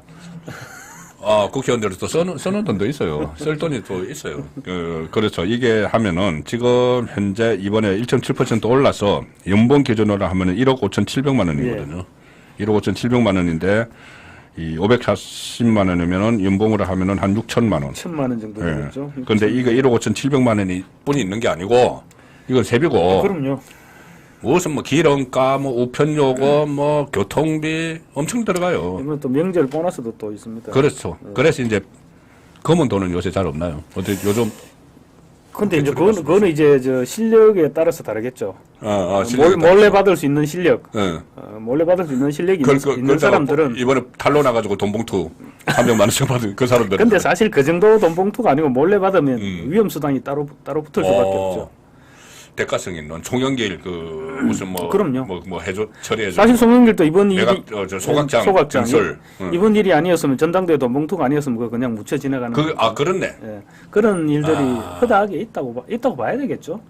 그렇네. 자기들은 이것을 별건 수사라고 하는데 아니 검찰이 이게 그 먹고 사는 문제 연구소 있잖아요. 거기서 이제 뭐 원금 막 그러니까 받고 했는데 거기는 원금 한도도 없거든요. 네, 그렇죠. 그 이제 거기 안에 뇌물성도 들어 있었다는 건데 먹고 사는 문제 연구소의 회계 책임자가 그 송영길 대선 그러니까 경선 캠프 회계 책임자하고 동일인이에요. 같은 사람이었어요. 그렇죠. 박모 씨 예. 같은 사람이었어요. 그러면은 이제 그 돈이나 이 돈이나 돈에 뭐 표시가 안 돼 있으니까 결국은 이제 돈을 좀 편하게 받기 위해서 먹사연을 만들었다. 그렇죠. 그게 이제 정답이죠.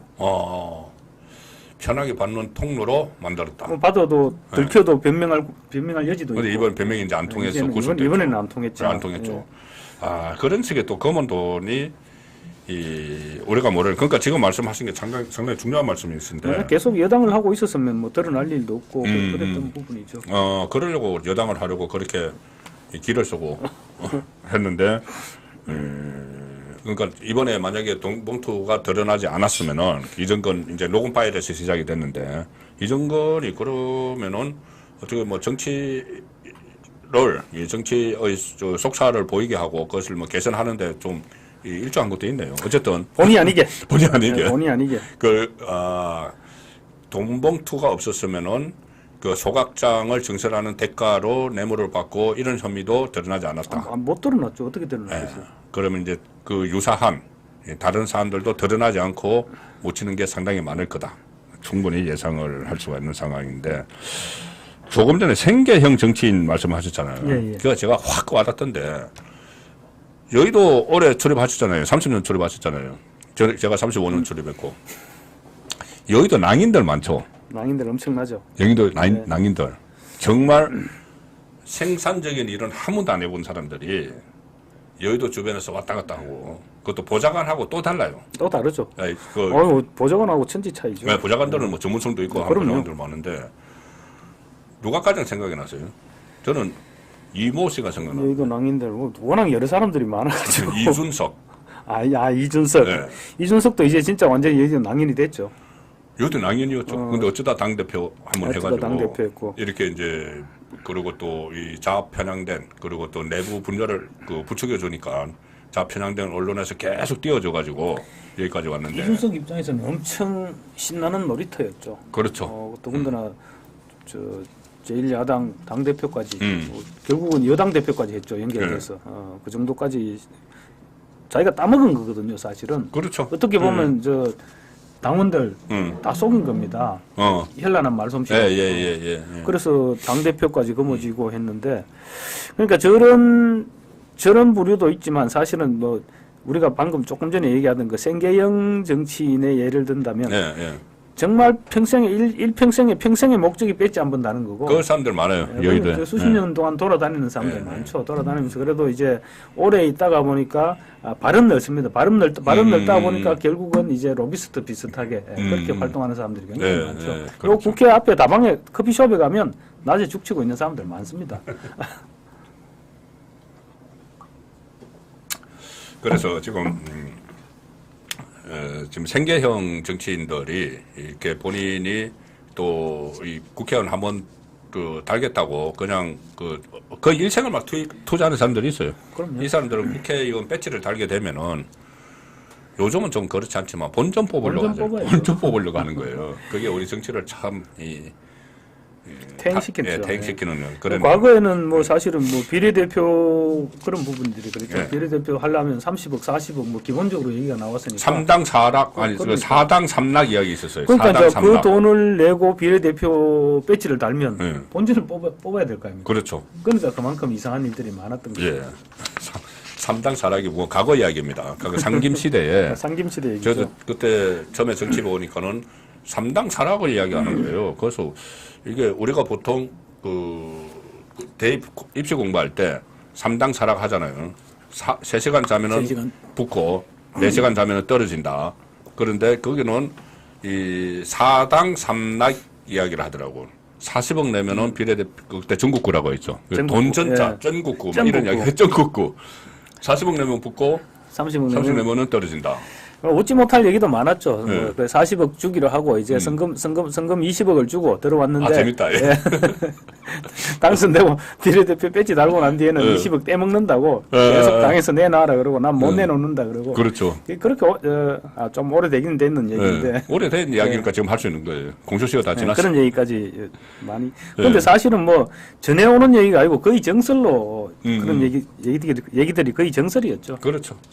그때 또 제가 들은 이야기는 이 어떤 그 중견기업 좀 잘 나가는 중견기업이 기업의 오너가 아들이 갓 대학을 졸업을 했는데 이 손붙잡고 그때 삼김 중에 한 사람을 찾아갔다가 나오고 나니까 그 사람이 전국구 그 아들이 네. 전국구 공천 발표가 됐는데 그 어쨌든 뭐 나이가 상당히 어렸다 뭐 그런 이야기부터 전설적인 이야기들이 많습니다. 그렇죠.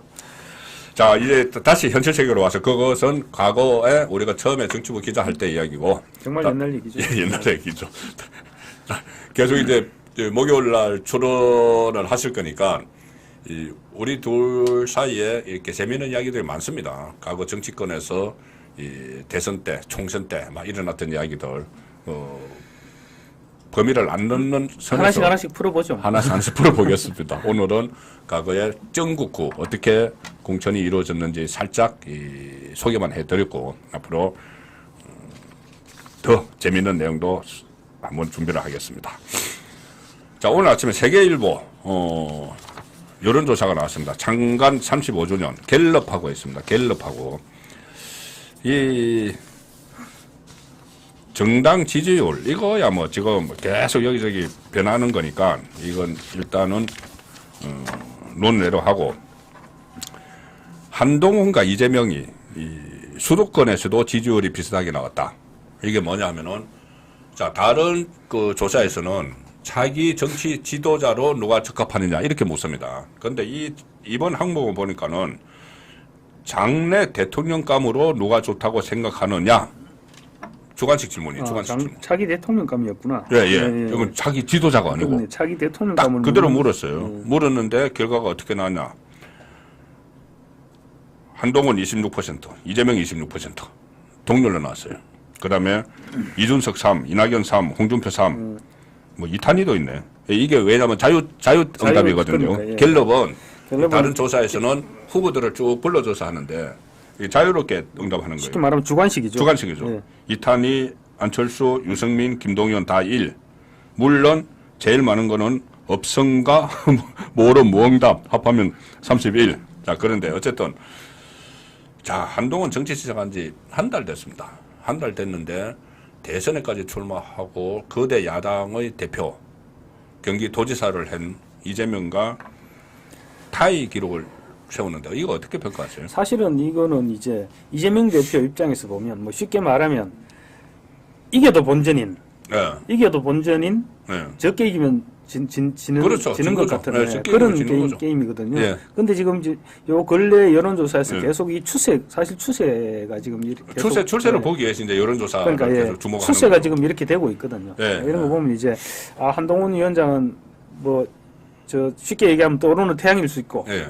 이재명 대표는 지금 벌써 몇 개월째 지금 계속 답보 상태거든요. 저기 딱 갇혀 있어요. 20%대 그렇죠. 중반. 저기 딱 갇혀 있어요. 계속 지금 답보 상태입니다. 네. 그래서 이런 거 볼 때는 문제는 이제 한동훈 위원장 이제 한 달밖에 안 됐거든요. 그럼요. 물론 네. 이제 뭐 조금 더 하다 보면 실수도 하고 이럴 수도 있지만 제가 지금 볼 때는 한동훈 위원장 이거 치고 나가는 것으로 볼 때는 실수할 확률보다는 더 끌어당길 확률이 훨씬 높을 것 같거든요. 네. 한동훈 위원장 지금 아마 상승 요인이 훨씬 많은 것 같은데 문제는 이재명 대표는 지금 상승 요인이 없거든요. 없죠.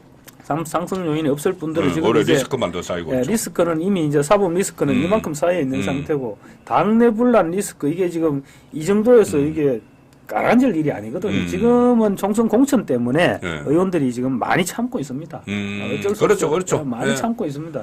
만약에 이게 지금 공천이 딱 끝났다. 공천이 끝나는 시점이 되면 의원들이 아마 이재명 대표 지역구에 선거 유세하러 온다면 안 반길걸요.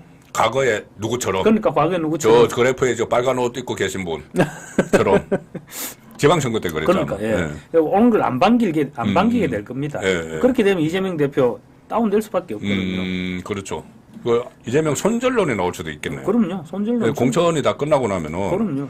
이제 자기들은 공천 받았고 공천 물리지는 못하고 그러면은 이재명 때문에 지금 선거가 안 돼.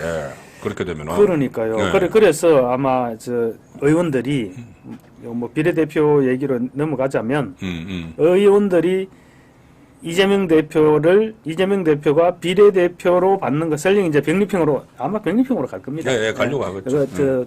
의원들이 이재명 대표가 비례대표로 옮기는 걸 아마 안 원할 겁니다. 비례대표로 나와 있으면 자꾸 간섭하고 저 선거운동 다니고 선거운동 하러 가겠다 이러면 사실은 표 떨어지는데 표 떨어지는데 왜 속으로 그렇지만 오지 마. 나 비례대표라서 별로 할 일 없어. 그러니까 오시지 마라 이렇게 말할 수도 없고 그래서 그 개항을 해서 지역구 출마해가지고 원희룡한테 꽉 잡혀가지고 좀 못 움직였으면 좋겠다 이런 생각을 하게 될 겁니다 아마. 현실적이네. 예. 그러면은 만약에 이제 선거법을 안 바꾸고 이제 준연동형에서 비례대표 못 나가니까 개항을 해 묶인다. 예. 그러면은 개항하고 서초만 왔다 갔다 해요. 서초동. 법원에 조사弁가야 되니까는. 지금 조금 전에 저희들이 나눈 이게 아니 지금 윤석열 대통령 임기가 이제 시작한 지 뭐 1년 한 반 됐는데 그러니까요. 무슨 벌써 차기냐 이렇게 이야기하시는 분들이 상당히 많아요. 왜 이런 여론조사를 하느냐. 이거는 어떻게 그래서 사실은 옛날 같으면 이런 여론조사하면 여론조사 회사 문 닫았습니다. 이제 대통령 임기 지금 그렇죠. 1년 좀 지났는데 무슨 벌써 차기 대통령이야. 말도 안 된다는 얘기인데 근데 지금 이제 사실 윤석열 대통령이 뭐 여러 가지 일은 많이 하고 있죠. 일은 많이 하고 있는데도 그런 부분들 때문에 너무 지금 발목이 잡혀 있는 것입니다. 쉽게 얘기하면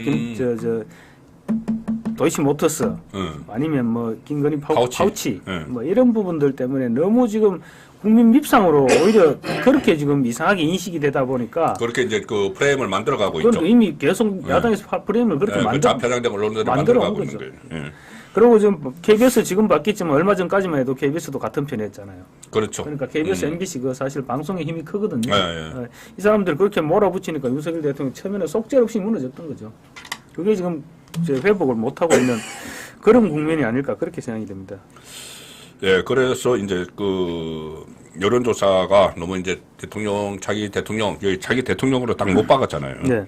장대 대통령감. 이제 이러다는 생각을 할 수도 있지만은 저는 또 이런 생각도 합니다. 왜냐하면 이번 총선은 특히 과거 총선에서도 당대표 역할이 중요를 했죠.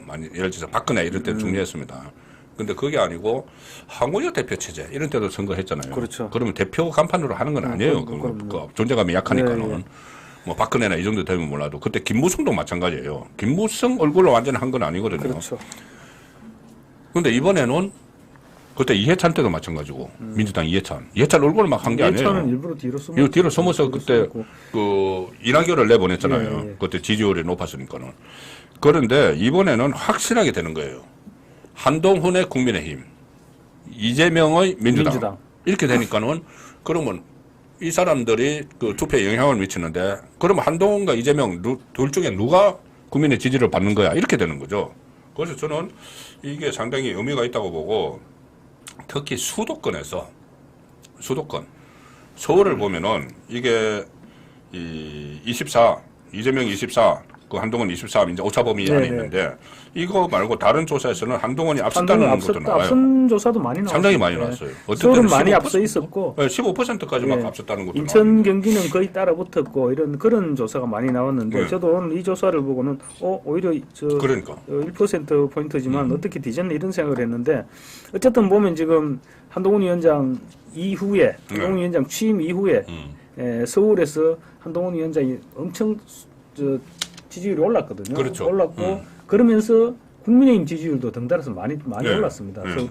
서울과 그리고 수도권 전체에서 이런 거 보면 이제 한동훈 위원장이 좀 지지율을 많이 견인해서 나간다 이런 걸 볼 수 있을 것 같습니다. 그러니까 이게 김기현 대표 체제 때 딱 어떤 이야기까지 나왔었냐면 불과 한 달 전이에요. 그때 국민의힘이 자체 보고서를 하나 만들었는데 최악의 경우를 상정을 해서 서울의 49개 중에서 2020년에 8개 건졌는데 이번에는 6개 건질 수도 있다. 이 이야기까지 나왔습니다. 네, 그렇죠. 그런데 그 이후에 지도부가 바뀌면서 이게 상당히 서울에서 선전을 하는 그런 상황인데 저번 주에도 제가 한번 여쭤봤는데 김기현 뭐 해요?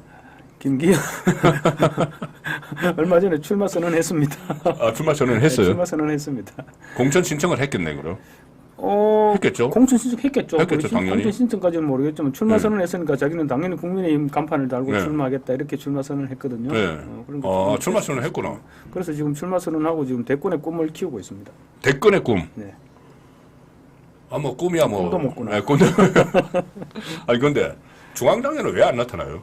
아니 당 대표가 그렇게 매일매일 기자들과 만나고 그러고 또 회의를 주재하고 하다가 갑자기 잠행을 타고 페이스북을 통해서 사퇴한다고 해놓고 중앙당에는 한 번도 안 나타나고 거기 울산 가가지고 출마 회견하고 이게 중앙당에 나타날 자신이 있으면 SNS로 사퇴했겠습니까? 예. SNS로 사퇴하면 저는 지금까지도 이해가 안 되는데 다음에 혹시 만나면 꼭 물어보고 싶긴 한데. 안 물어보시죠. 왜 SNS로 사퇴하고? 아무리 생각해도 이제 이해가 안 됩니다. 예. 자기 나름대로 무슨 속 고민이 있었는지 모르겠습니다만 아무리 그렇다 치더라도 집권 여당 대표인데 어떻게 SNS로 사표를 던집니까? 그래 울산에서는 또 가능성이 있다고 해요. 만약 무소속 출마해도. 워낙 거기서 오랫동안 했기 때문에. 오래 했었죠. 오래 했는데 무소속 물론 이제 무소속으로 출마하면 상대가 어떤 사람이 나오느냐. 그렇죠. 그 부분 국민의힘이 누가 공천받느냐에 그 부분도 따라서 문제가 달라지죠. 되겠죠. 어쨌든 그 울산 남월 지역구가 서울의 강남에 해당되는 만큼 국민의힘은 그렇죠. 그 정도 양지고 양지인데 지금 제가 몇 사람한테 물어봤을 때 울산 지역구에서 김기현 대표에 대한 여론이 굉장히 안 좋은 것은 사실이랍니다. 현역 의원까지도 지금 현역 의원까지도 그런 얘기를 해줬는데 문제는 이제 울산의 현역 의원이. 예, 울산의 현역 의원이 누군지 대충 짐작합니다. 그런데 이제 문제는 대타 이제 박맹우 전 시장이 나오긴 나왔습니다. 박맹우 시장이 그렇죠. 출마 선언을 했지. 그래서 지금 둘이가 맞붙게 됐는데 박맹우 시장도 사실은 좀 노회하죠. 노회한데 그런데 문제는 김기현 대표에게 붙이려면 지역구에 어느 정도 기반이 없는 사람으로는 부담스럽거든요. 그래서 만약에 저 기사가 떠 있네요. 박명호 리터매치에. 만약에 누가 김기현 대표 무소속으로 나오게 됐을 경우를 생각하면 이게 혹시라도 민주당이 후보가 될 수도 있는 그런 우려까지도 해야 되는 부분이 있기 때문에. 그런데 이제 울산 지역구가 워낙 좋은 지역구, 양지 지역구이기 때문에. 국민의힘에게는 양지 지역구. 그렇다는 손 치더라도 민주당 후보가 되기는 힘들 것이다. 이런 얘기는 있기는 있습니다. 저 민노총 세력이 저기는 좀 저쪽은 아닙니다. 민노총 세력. 남구, 갑을 이런 쪽에는 계속 이제. 그렇구나. 예.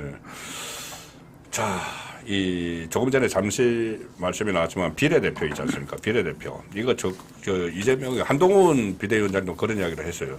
저거는 이재명 자기가 어떤 선택을 하느냐에 따라서 이 선거법을 완전히 좌지우지하는 상황. 그럼요. 자기가 비례대표 출마하느냐 안 하느냐에 따라서 이 선거법을 그 중요한 비례대표 47명인가요? 47명입니다. 47명을 결정하는 그것을 이재명 본인의 어떤 사적인 이해 덕실에 따라서 질질 끌고 있다. 이런 이야기가 나오는데 어떻게 지금 바뀔 가능성이 있나요? 이재명 속셈이 도대체 뭐라고 보세요?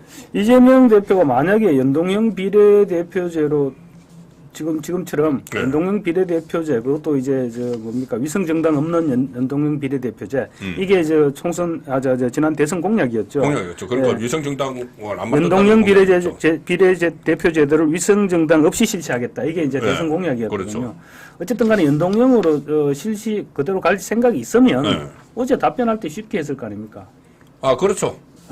한마디만 하면 되는데 저는 국민한테 약속한 거 지키겠다.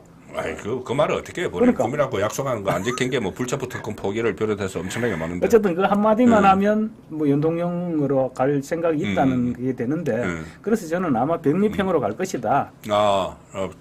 바꿀 거란 말이죠. 예, 그걸 기껏 해봐야 저 권역별 병립형, 권역별 병립형 정도로 지금 할 것이다.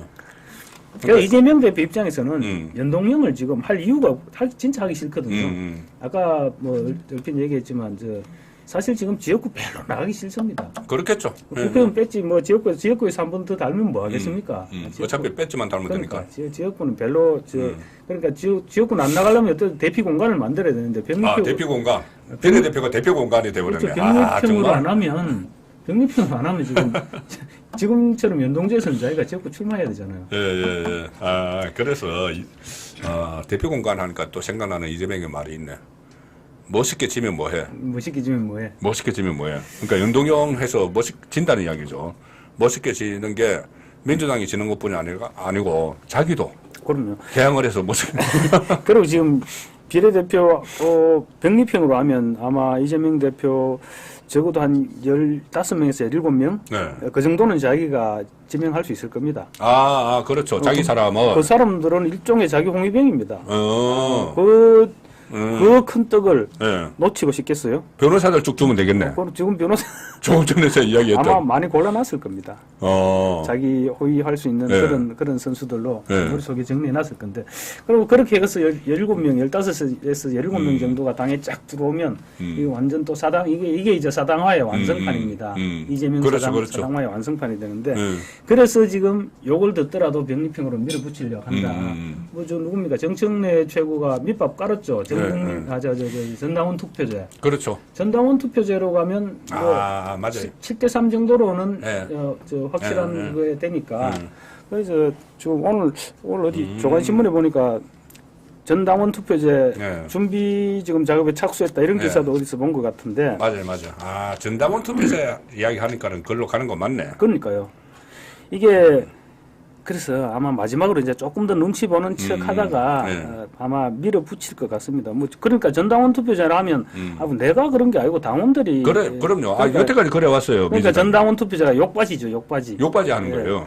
2020년 지난번에 위성정당 참당할 때. 맞아. 2021년에 서울 부산 보궐선거 시장 그거 할 때 후보 공천할 때. 그렇죠. 그리고 작년에 그때도 안 그랬네. 전당대 룰하고 공천 룰 그때도 전당원 투표제 했었죠. 전당원 투표했죠 아마. 그러니까 맞아요. 지금 욕바지로 전당원 투표자를 이용을 하는 건데 이재명이 결정을 하면 욕을 먹으니까 이거 당원의 뜻이다 해서 당원들 이제 개딸들이 장악을 했거든요. 그러니까 글로 넘기는 거죠. 오늘 누구냐 유인태 전 국회 사무총장 라디오 인터뷰에 나와서 미스터 쓴소리 그런 얘기를 하더라고요. 이거는 거의 히틀러 수준이다. 그러니까 유인태 민주당 출신입니다. 이게 국민만 보고 간다. 국민만 보고 간다. 이런 얘기는 히틀러가 그렇게 말했던 거다. 그러니까 결국은 그렇게 국민만 보고 간다는 핑계로 결국 지멋대로 하려는 거 아니냐. 유인태 총장이 오늘 엄청 심한 얘기를 많이 했습니다. 히틀러 수준이다. 그러니까 제가 잠깐 소개를 하면요. 재밌네. 천벌을 받을 짓이다. 이재명 징그럽다. 이런 얘기를 했거든요. 천벌 받을 짓은 꼭 당원 투표를 한다. 당원 투표는 대의제를 무시하기 위한 독재자의 방법이고 민주당도 못된 짓은 다 당원 투표로 결정했다. 대개 천벌 받을 짓은 전부 당원 투표를 해서 하더라. 그리고 또 이재명 대표가 국회의원 불체포 특권 포기하겠다고 자발적으로 대표 연설에서 약속해놓고 부결을 호소했는데 만약에 이번에 또 위성정당이 없는 연동형 비례대표제 이걸 또 뒤집으면 이제 앞으로 이재명이 콩을 매주로 쓴다고 해요. 누가 믿겠냐. 저는 벌써 못 믿는데 앞으로. 그러니까 일종의 얘기하면 이재명도 사기꾼 된다 이런 얘기였거든요. 그래서 오늘 윤태 총장이 굉장히 말을 세게 했습니다. 그래서 제가 이 얘기를 들으면서 이 당의 원로들이 좀 생각이 좀 간단치 않구나. 잘못하면 이게 만약에 이재명 병립형으로 고소하면 이 사람들 탈당할지도 모르겠는데 그 정도까지 내가 느낄 정도로 윤태 총장이 개강을 하더라고요. 그게 지금 사실은 의원들이 저 총선 총선에 들어가면 네. 총선 선거 운동에 들어가면 제일 좋은 지방 유세에서 내 선거 유세에 제일 와줬으면 하는 사람으로 꼽는 사람이 윤태? 아니요 김부겸 총리. 김부겸 총리면 뭐 충분히 바로 네. 와닿죠. 네, 그렇겠네. 김부겸 총리 정도가 와서 유세를 해주면 굉장히 이제 플러스가 될 것 같다 이런 생각을 하는데 김부겸 총리 입장에서는 지난번에 못할 이유가 없다 하면서도 병리평 이걸로 가면 내가 도와줄 명분이 없다 이렇게 얘기를 했거든요. 맞아요. 자, 지금 조금 전에 그 아주 의미심장한 이야기가 나와서 이제 그 김부겸이라는 사람이 이게 많은 출마자들이 원하고 있으면은 그러면은 그것은 대체제가 있다는 이야기가 되기 때문에 이재명은 손절을 할 수가 있습니다. 그렇죠. 네, 그 공천까지는 뭐 어쩔 수 없이 가더라도. 네. 자, 그 상황 계속 저희들이 지켜보고 취재도 하고 저희들은 기자 출신이라서 취재도 합니다.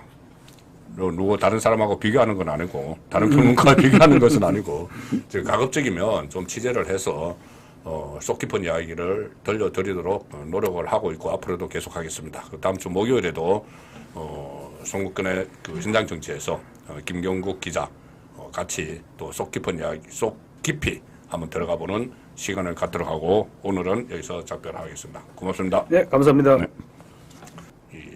지켜봐 주시고 응원해 주신 여러분께 감사 말씀 드립니다. 고맙습니다.